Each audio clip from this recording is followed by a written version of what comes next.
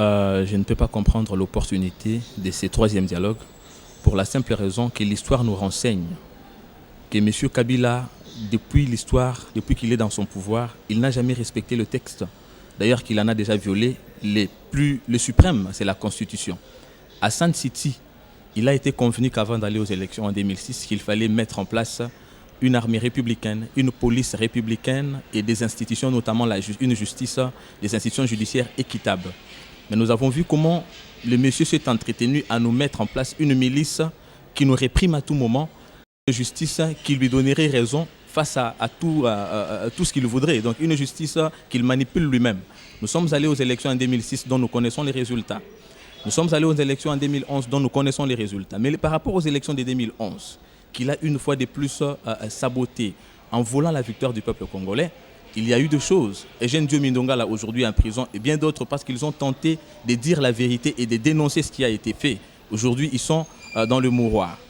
Après ces élections, l'accord cadre de Sun City signé en mars 2012, M. Kabila, une fois de plus, a tenté de l'éviter en organisant les concertations nationales sous la gestion de Sassou Nguesso.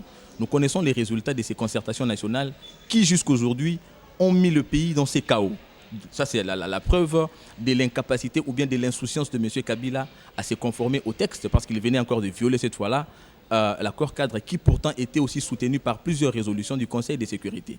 Nous sommes venus au centre interdiocésain en 2016 parce que le mandat de M. Kabila prenait fin le 19 décembre 2016. Donc aujourd'hui, il ne peut plus se prévaloir de proposer un dialogue. Mais s'il est encore là, c'est puisqu'il y a eu un accord qu'il a une fois de plus violé. Monsieur se tapait la poitrine dans le débauchage. Une façon de cracher sur l'espoir de tout un peuple. Et voilà qu'il nous rappelle encore à un troisième dialogue. Quelle référence avons-nous de son sérieux par rapport au passé? Déjà qu'il a tout violé dans son passage et même la Constitution. Je pense que le troisième dialogue est inopportun. D'ailleurs, aujourd'hui, nous, Mouvement Téléma Éco, qui disons, si la classe politique se conformera ou bien pour des soucis de poste ira à ces dialogues, nous disons, nous qui représentons la population, Téléma Éco qui disons, les dialogues aujourd'hui avec M. Kabila consistera à son départ et il va le faire avec la population dans la rue. Si nous ne l'avons pas fait en décembre, c'est parce que nous avions donné une chance à la Cinco de pouvoir donner au pays la chance de se reconstruire et aller de manière démocratique. Mais puisque M. Kabila n'a pas tiré les conséquences de la démocratie, nous pensons qu'il n'y a plus de chance pour lui de négocier et donc nous allons nous prendre en charge conformément aux lois et les dialogues cette fois-ci ça sera avec la population dans la rue.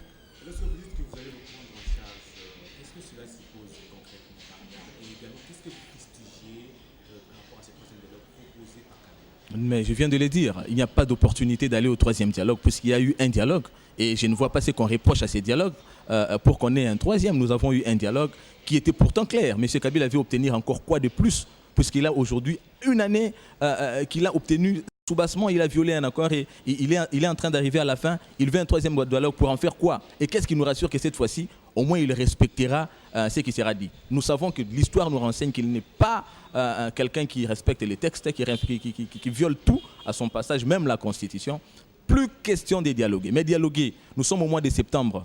Nous avons encore les larmes. Nous pensons aujourd'hui en septembre, nos frères qu'on a massacrés dans la rue en septembre passé, d'autres qu'on a brûlés et qu'on a enterrés dans les fosses communes. Ce qui s'est passé au Kasaï pour justement essayer de rallonger le mandat et puis renvoyer vers les horizons sans fin la tenue des élections, nous ne pouvons plus jamais accepter déjà que nous pensons à nos frères qui ont été massacrés en septembre. C'est un souci pour nous, puisqu'aujourd'hui, ça ferait une joie que ceux-là sont passés, ceux-là sont partis, mais leur lutte nous a donné une démocratie à travers l'alternance. Mais quand nous pensons aujourd'hui qu'ils ont été sabotés, ils ont été massacrés, mais que monsieur est encore là demandant un troisième dialogue, c'est une forme de moquerie et pour nous, c'est un sujet d'alerte.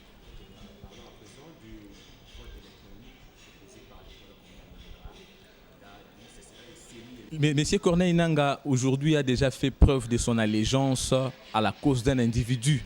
Il avait commencé lui-même. Je parle de moi-même qui l'ai rencontré. M. Corneille Nangaa a présenté les difficultés financières pour organiser les élections. Et ces difficultés, je ne sais pas comment il est parti de ces difficultés, comment il les a résolues. Déjà que les agents de la CENI menaçaient d'aller en grève, une stratégie justement de distraire la population, comme quoi la CENI n'était pas capable d'organiser les élections. Il nous parle aujourd'hui du vote électronique. Nous savons que c'est des mécanismes nébuleux pour essayer d'endormir la population et tricher. Ils vont tricher en faveur des Kabila qui veut rester au pouvoir. Le vote électronique, pour nous, ce n'est pas un sujet d'actualité.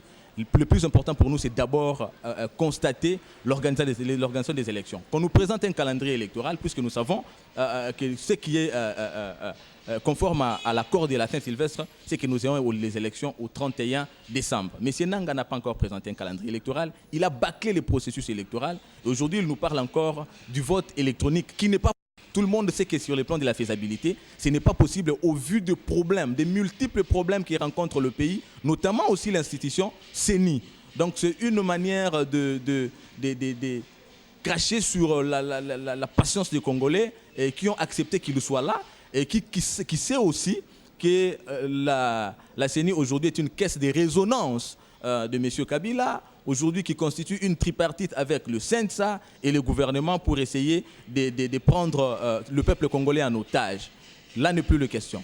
La question, c'est aujourd'hui Téléma et Koki qui veut libérer le pays par les mécanismes constitutionnels. C'est moi qui vous remercie.